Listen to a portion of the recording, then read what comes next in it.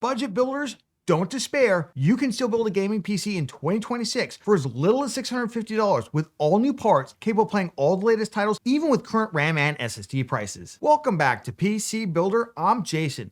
This best budget gaming PC 2026 build guide video will cover everything that you need to build a really solid gaming PC for 1440p or 1080p gaming. We're going to show you how to stop wasting your money, avoid common mistakes, and get max FPS with the best budget gaming PC builds. And we'll give you specific budget gaming PC build lists at $650, $800, and $900 to get you started. If you get value out of this video, please give it a like, of course, subscribe for more cool PC content.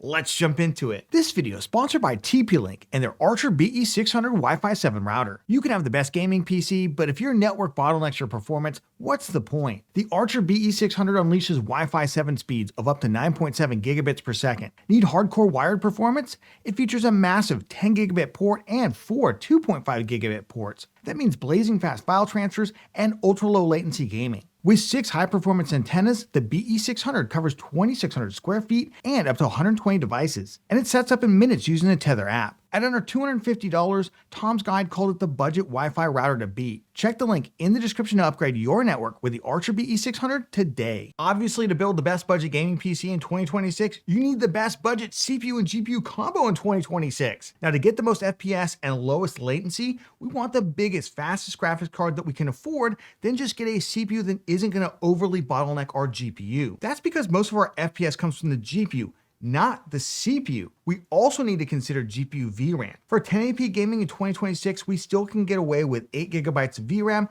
but we may need to turn down textures in some harder to run titles. For 1440p, I'd recommend at least 10 gigabytes, but 12 gigabytes is significantly better and allows us to run all titles at 1440p ultra settings without heavy ray tracing. Now, every month we look at the entire GPU market, including used GPUs, so I'm going to leave a link to that video down in the video description so you can check it out. In our most recent look, we found that the best used GPUs under $200 were the RTX 2060 Super, RTX 2070 and 2070 Super, the RTX 2080 and 2080 Super, and all of them have 8 gigabytes of VRAM.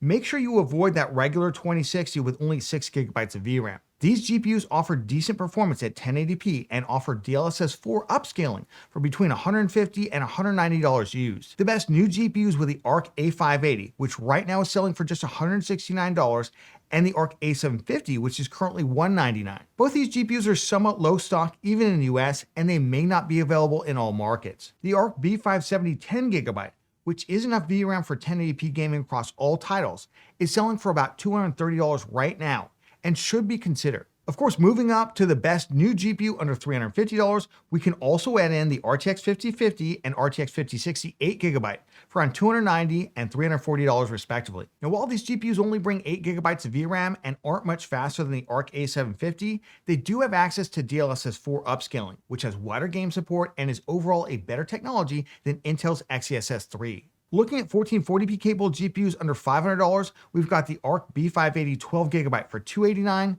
the RX 9060 XT 16GB for right around $430 at the time of filming, though we have seen it hit $399 on sale for Prime Day. We also have the RX 9070 GRE 12GB, which has had at least one model at $499 since it launched in June 2026. The RX 9070 GRE and 9060 XT 16GB have access to FSR4, which has similar image quality and speed to DLSS 4, with slightly less game support, but mostly on older titles. It is, however, superior to XeSS. If you want some used options, I wouldn't recommend any of the RX 6000 series GPUs, as they do not have access yet to FSR4.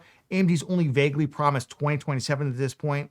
But the RTX 3080 12GB model is a good used option. Now remember, it's not the original RTX 3080 10GB model, which does have less VRAM, or the RTX 3080 Ti 12GB, which has the same performance as a 3080 12GB, but sells for more than $100 because people like the word Ti, I guess. It also has DLSS 4 and is almost as fast as the RX 9070 GRE. So what's the best budget gaming CPU to pair with these GPUs? Well, this is the easy part. Honestly, the Ryzen 5500 is not only insane value, it often sells for as little as $70 and regularly appears in RAM combo deals, but every other DDR4 CPU is nearly double, even triple the price, making it hard to recommend anything else. The Ryzen 5500 also comes with included stock cooler in the Ray Stealth, which is all it really needs.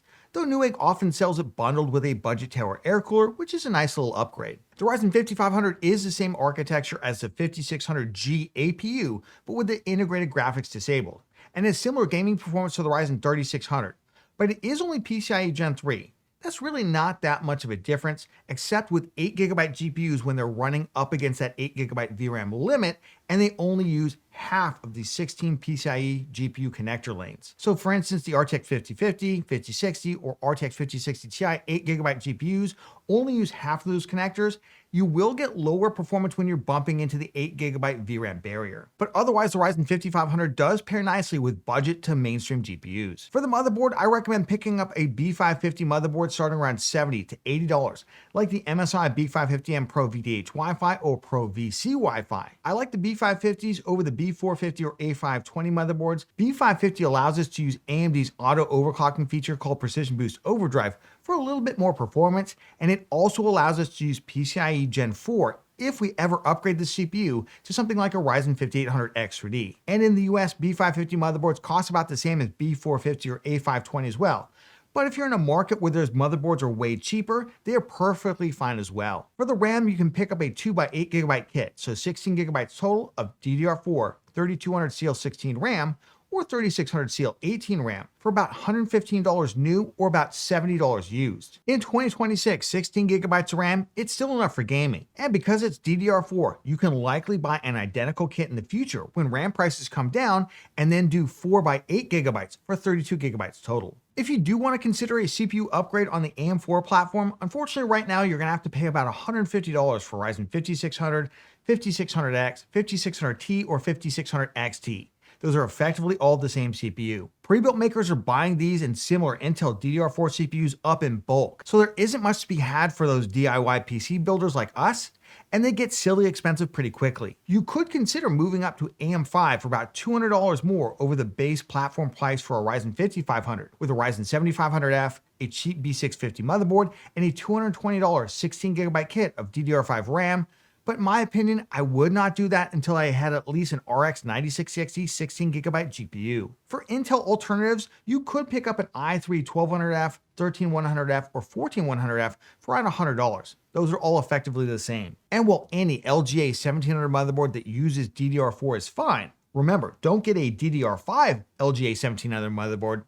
They are quite a bit more expensive and they're harder to find than AMD B550 motherboards right now. And higher core count Intel CPUs are quite a bit more expensive, currently $160 for the i5-12400F and $180 for either the i5-12600KF or i5-14400F. So unless prices change, you're better off going with the Ryzen 5600 or jumping up to AMD's AM5 platform. The SSD, it's the other main pain point in the best budget gaming PC build in 2026. Right now, 512GB NVMe SSD drives are going for around $85, down from a high of about $100 earlier this year. Meanwhile, you can pick up a 1TB drive for anywhere between $130 and $150, and it does seem like SSD prices are starting to ease a little. I recommend going with a 512GB drive for now. You can install Windows, quite a few applications, and some games. Then when storage prices drop, which I believe will happen in mid-2027, you can then add additional storage. Note that SATA drives are also likely fine here. They're about $10 cheaper than NVMe drives in the US, but in other markets that price gap may be much bigger. For the rest of the build, we just want a basic PC case with at least 2 intake fans and 1 exhaust. I really like the Fantex XT M3 Micro ATX PC case with 3 ARGB fans and nice black styling for $45 after rebate, which just feels like an unbeatable deal. We used a new case by Okanos in our build called the Aqua Uno for $45. It's a slightly smaller version than the Aqua 3, which we've used in previous builds. Now, I like the case a lot and the price point is amazing, but the fan speed is not motherboard controllable.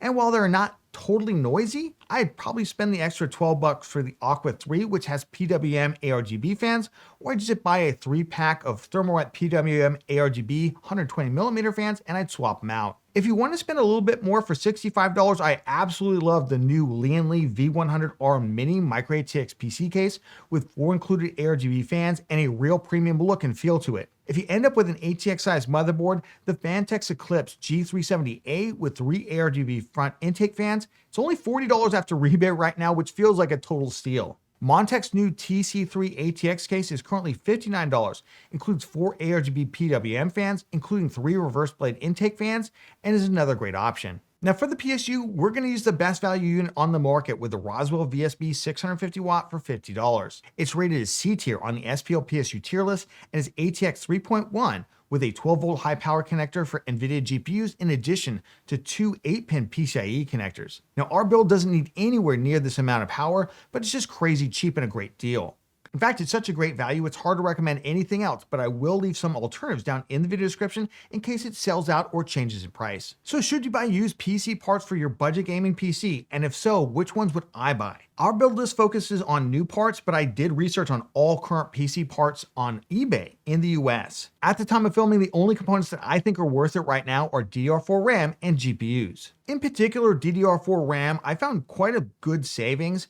16GB kits I found for as little as $60 versus $115 new. Let's talk about the components that I really wouldn't buy. PSUs, especially given how cheap new PSUs are right now. They just wear out too quickly. I was also shocked at the prices for other components like CPUs and motherboards. They were almost as much as similar brand new parts. You can get a small savings for about $30 on a 1TB NVMe SSD, but these can fail outside of the 30-day eBay buyer protection window, and they'll take your data with them. If you do buy something used, remember to buy it only from reputable sellers on a safe platform like eBay with buyer protection, and test the items that you buy immediately after receiving them. So for example, testing DDR4 RAM with a stress test like memtest64 or OCCT. Many retailers like Best Buy and Newegg also offer open box and refurbished products that typically come with at least a limited warranty, and sometimes you can't even return these products. Let's jump into that $650 gaming PC build list in 2026.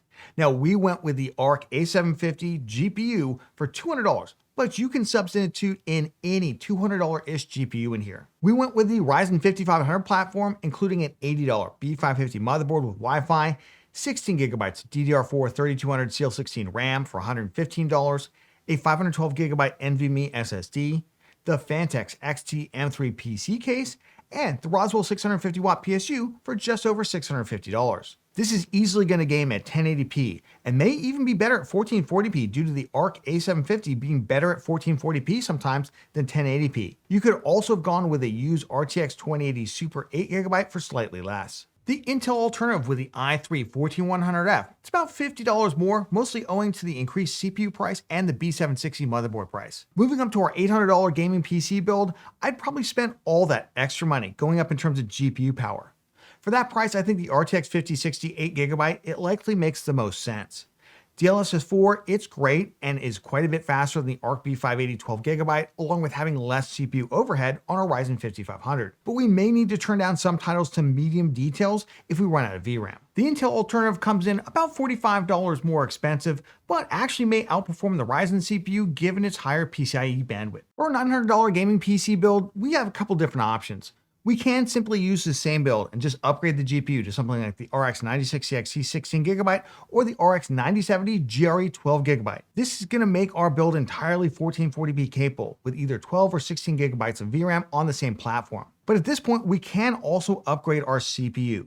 We can pick up a Ryzen 5600 for about $115, and we'll leave it linked down in the video description. That will give us a little bit more CPU power for these heavier GPUs. Of course, you can also consider some Intel alternatives here if their prices come down. All the builds are linked down in the video description, so check those out for current pricing and availability in your region. And of course, we're going to continue to update those lists throughout the year, so if CPU, GPU, RAM prices improve, those builds will improve as well. If you got value out of this video, please give it a like and subscribe for more cool PC content. And we'll catch you on the next one.